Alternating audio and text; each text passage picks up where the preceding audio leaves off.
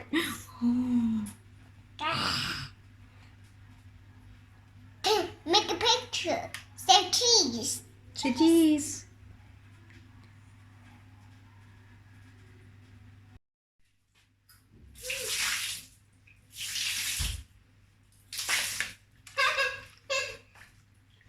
Mama, is that so slippery?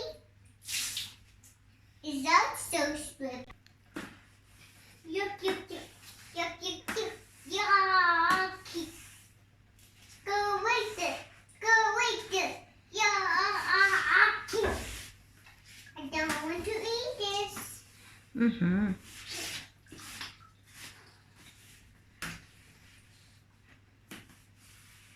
Throw it away. Throw all the dirt away. Don't eat the roll in the bottom. Yes, roll in the bottom. Throw. Gonna die, yucky dude. Go away. Yucky dude. Go away. Yay!